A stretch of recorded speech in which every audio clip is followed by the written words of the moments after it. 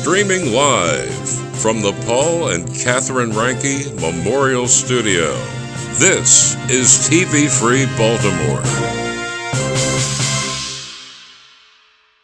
Support for TV Free Baltimore comes from viewers like you. Become a TV Free Baltimore member by visiting patreon.com/tvfreebaltimore.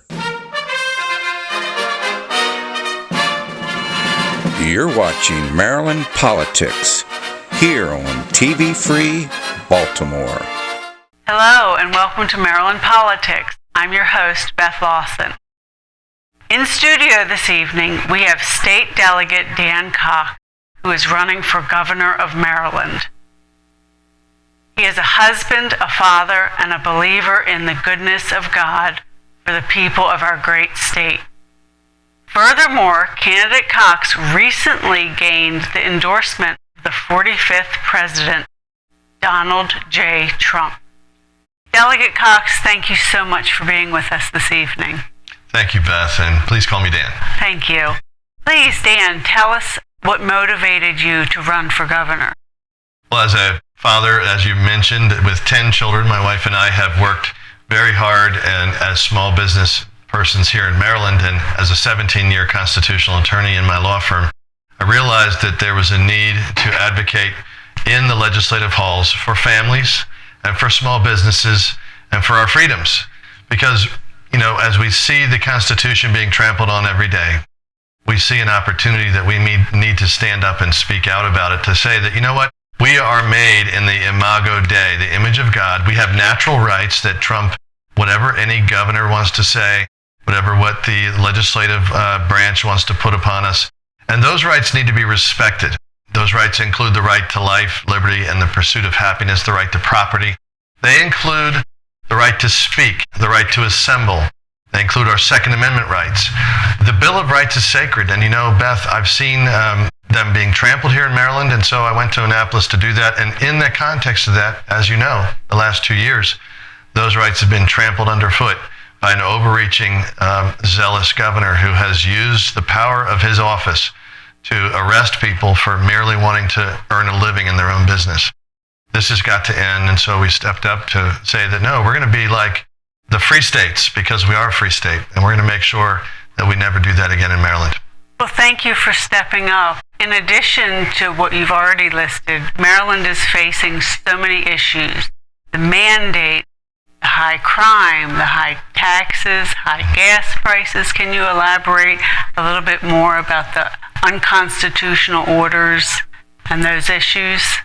Absolutely. Well, the executive orders have been absolutely demonstrated difficulty and stress upon both businesses as well as school children, as well as people in the workforce. We have a Jab for Jobs program that was launched by the governor with Kelly Schultz's backing. My opponent, literally chose the non-essential list. She tried to blame Mike Pence, but that's not true.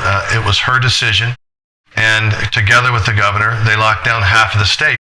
The end result of that was an overreach that has literally caused 34% suicidal ideation rate in our children.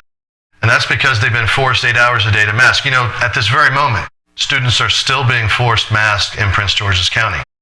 And now we see a continued effort with Kelly Schultz launching a $2 billion global pandemic relief center in Rockville to prepare and plan for future lockdowns in Maryland and around the country. This will end on my watch. We need to make sure we restore freedom. You mentioned Hogan. Recently, I saw on the news where he called Florida's Parents' Bill of Rights absurd and crazy. What do you make of that? Well, I felt that it was a direct attack on parents themselves, because parents need to be involved in their children's education. They want to be involved.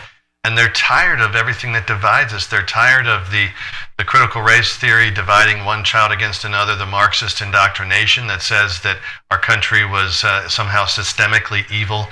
All of that's false. And now we have an added problem where the curriculum, particularly in Maryland, has demonstrated a sexualization from pre-K all the way up. And so I had a bill put into the legislature to end that, called the Maryland Parental Rights Act. And it was modeled on the Florida law in many aspects. And the governor came out after my hearing on television and said that this was somehow, quote, crazy and absurd to be pursuing this. And you know what? I think he's calling parents in Maryland that.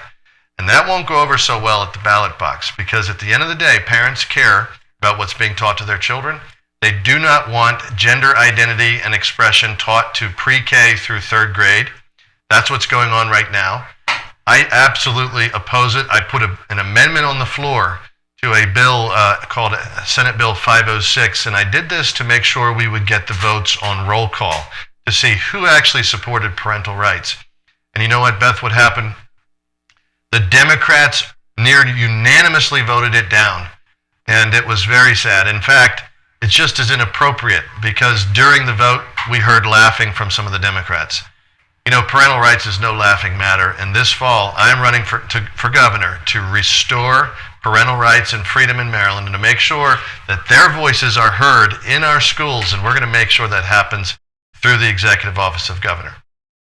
So, Dan, why do you think that the Democrats laughed and vetoed the bill? And do you think it has anything to do with Hogans Animus toward you? Well, I don't know about me in particular, but I can say this. He certainly has animus for the parents of Maryland. 50,000 parents represented in 6 organizations testified in support of my bill for parental rights. This bill was reflected after the Florida Amendment. Millions of Floridians love the fact that the governor of Florida, Governor DeSantis, instituted that act and the legislature passed it. Many, many parents in Maryland want the same protections for their family and their children. Schools are not to be indoctrination centers. Schools are to be teaching reading, writing, and arithmetic, STEM technology, making our kids the opportunities to compete on the world stage. You know, how about we get back to American history, teaching the Constitution of Maryland that says that, you know, they have rights from God and that the government can't trample on those. But no, you can't talk about that in public schools.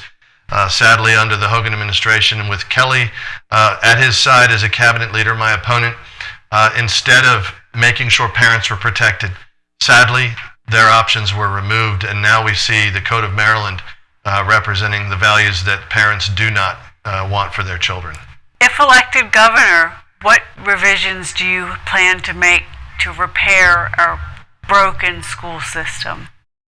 Well, thank you, Beth. When I'm elected, I'm going to be an on-the-ground governor, making sure that the money that's sent to our schools actually fixes them. So we're not going to have schools in Baltimore City that do not have HVAC systems, that do not have proper heating, that do not have running water that you can drink with the water fountains actually working and clean water. That's going to end on my watch. It should have already been done. But more than that, we're going to expand school choice, because when you have competition, when you have school choice options, the beauty of that is the parent gets to decide and use that money. If you have $10,000 in your education account, you can then say to your public school or to your private school, what are you going to be offering my children? And to make sure that those options are there that the parent wants the child to be educated in. That's what's going to happen as we continue to push and expand the Boost program for all Marylanders. I intend to do that as your governor. And I think when you look at the bloated Kerwin budget that was just passed, allowing for over $32 billion in the Kerwin funding for our schools, that needs to make sure that it's brought into accountability through the governor appointing people that are absolutely directly responsible to the governor, and making sure that they empower parents, not just making a continued bloated bureaucracy through the super board that they have intended. I want to have direct access for parents through the governor's office to make sure that their schools are exactly what they want them to be, and that local control of schools is paramount. Thank you. And with that, we have open border and sanctuary state issues. How do you plan on addressing the illegal immigration that's pouring into our state? Absolutely. You know, it's really a difficult position that we're in Maryland, being one of 3 states that's flying people in from the border and busing them in a catch and release fashion. That will end on my watch as your governor. We cannot have an open borders policy and protect civil rights at the same time. If we love our laws, why do people come here? Why do immigrants love our country? One reason, freedom. And freedom is protected through laws. The rule of law must be upheld. And so if you eliminate the border laws, you're eliminating civil rights. You're eliminating the protections that we hold dear as Americans. We need to make sure that we have an immigration policy that respects our laws to make sure that everyone comes here legally. I intend to make that happen here in Maryland. We're going to look at ending these programs through the Democrat Biden administration or the other options where our own state is actually taking our taxpayer dollars and paying for those who are here, illegal entry persons that are foreign nationals. They should not be utilizing our tax dollars. They need to make sure that they pay in. We always hear in Annapolis that, well, these individuals are paying taxes, so they should be able to reap the benefits of our welfare state. I'm sorry, they're not. They're not paying taxes at all at the rate of citizens of Maryland. We're going to make sure that changes. And to follow up with that, Dan, last December, the Democratic supermajority overrode Hogan's veto of the HB 16, which is the sanctuary state. This bill gives protection to illegal immigrants, not the legal ones, but the illegal ones, by keeping jails from detaining people for immigration reasons. Can you please elaborate a bit more on that for us? Well, as your governor, I'm going to end that practice. And the problem with Maryland is it is a sanctuary state. People need to understand that unfortunately both the actions of the governor and his administration, as well as the legislature, have made Maryland a place where they're flying in illegal entry persons that are foreign nationals. They came here illegally, and they're using our tax dollars now to subsist here in Maryland. They're being provided incredible amounts of support on our taxpayer dollars. That's going to end. And the way that we need to look at this is to say, first of all, the law is going to be upheld. Unfortunately, they tried to stop our involvement with what's called ICE, and they've demonized ICE. But you know what?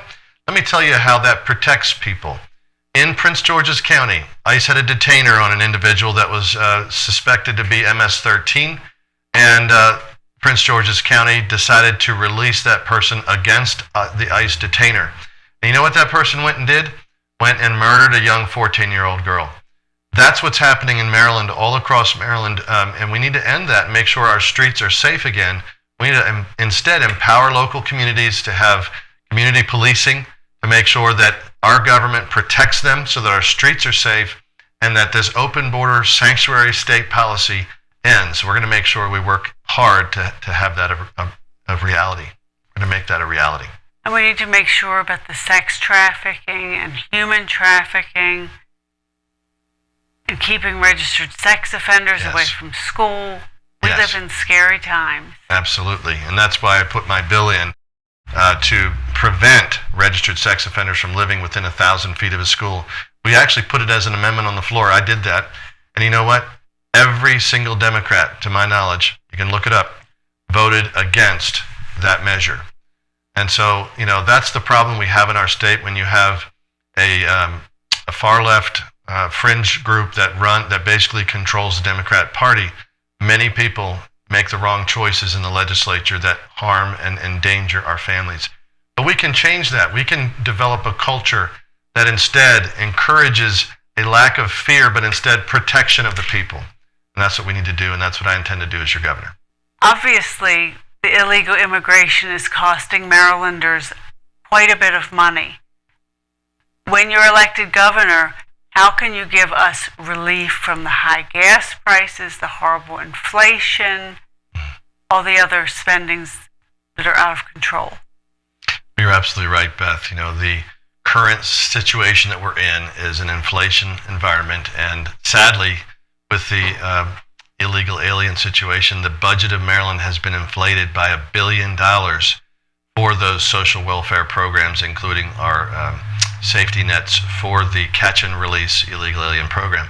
The way you get a handle on that and get it back to a protection of the people is you return the people's money to themselves.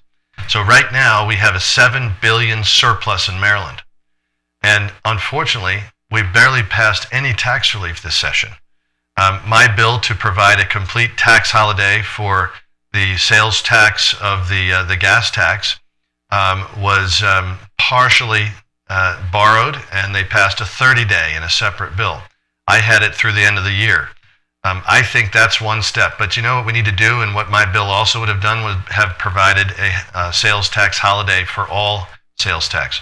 They didn't want to do that, even though we have a $7 billion surplus.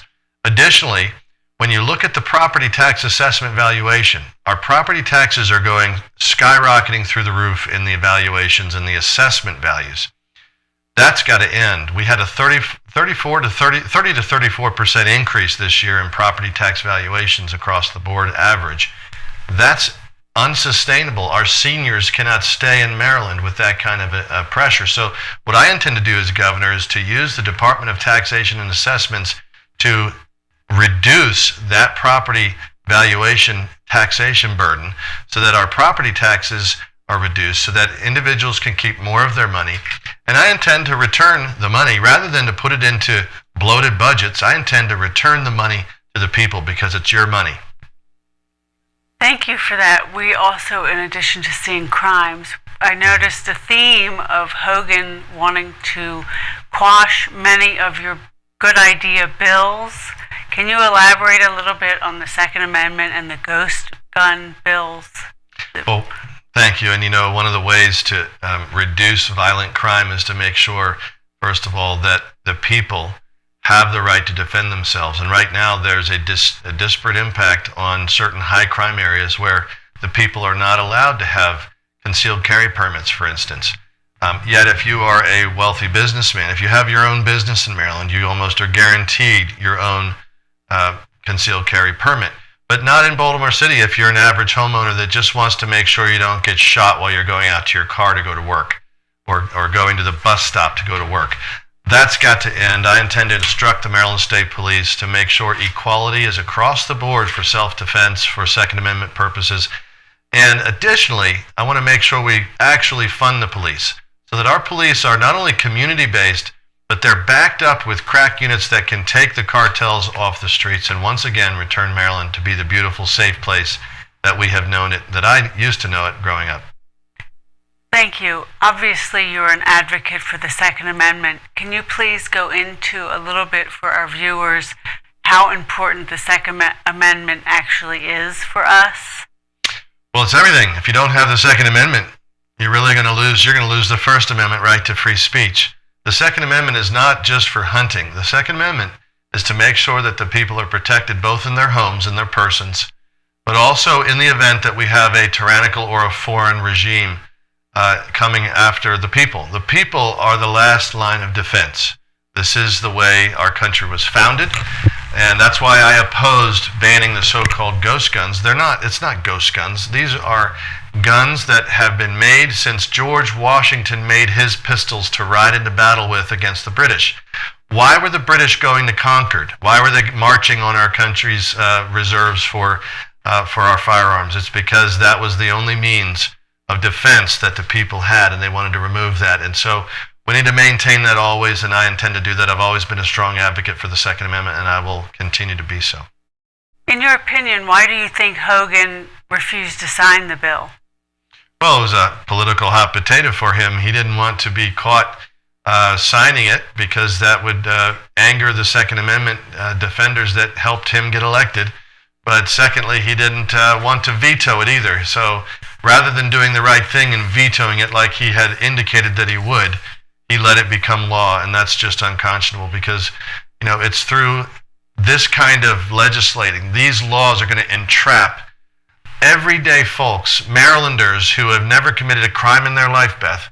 They just have a hobby of developing these kits, and instead it's creating really a cleansing process for the gang members who actually they steal guns, and then they they scratch off the serial numbers on those guns. So this will allow really the cleansing of those crimes by then going through this process to put your own serial numbers on these illegal guns, and it has nothing to do with the legality of making your own firearms that so many Marylanders enjoy right now. And so the end result is you're going to see more crime, I believe, because you know what the Democrats failed to do? They stripped out making stealing a firearm a felony. They want a slap on the hand for that. In fact, Beth, it's an unconscionable thing that if you steal a firearm, you can go to jail possibly for 30 days, but most likely it's just a fine if you're caught.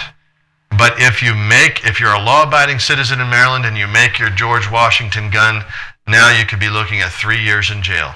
So that's an inequity. It's absolutely wrong, and I intend to continue to work to change that and make it, reestablish the freedoms that we had in that regard.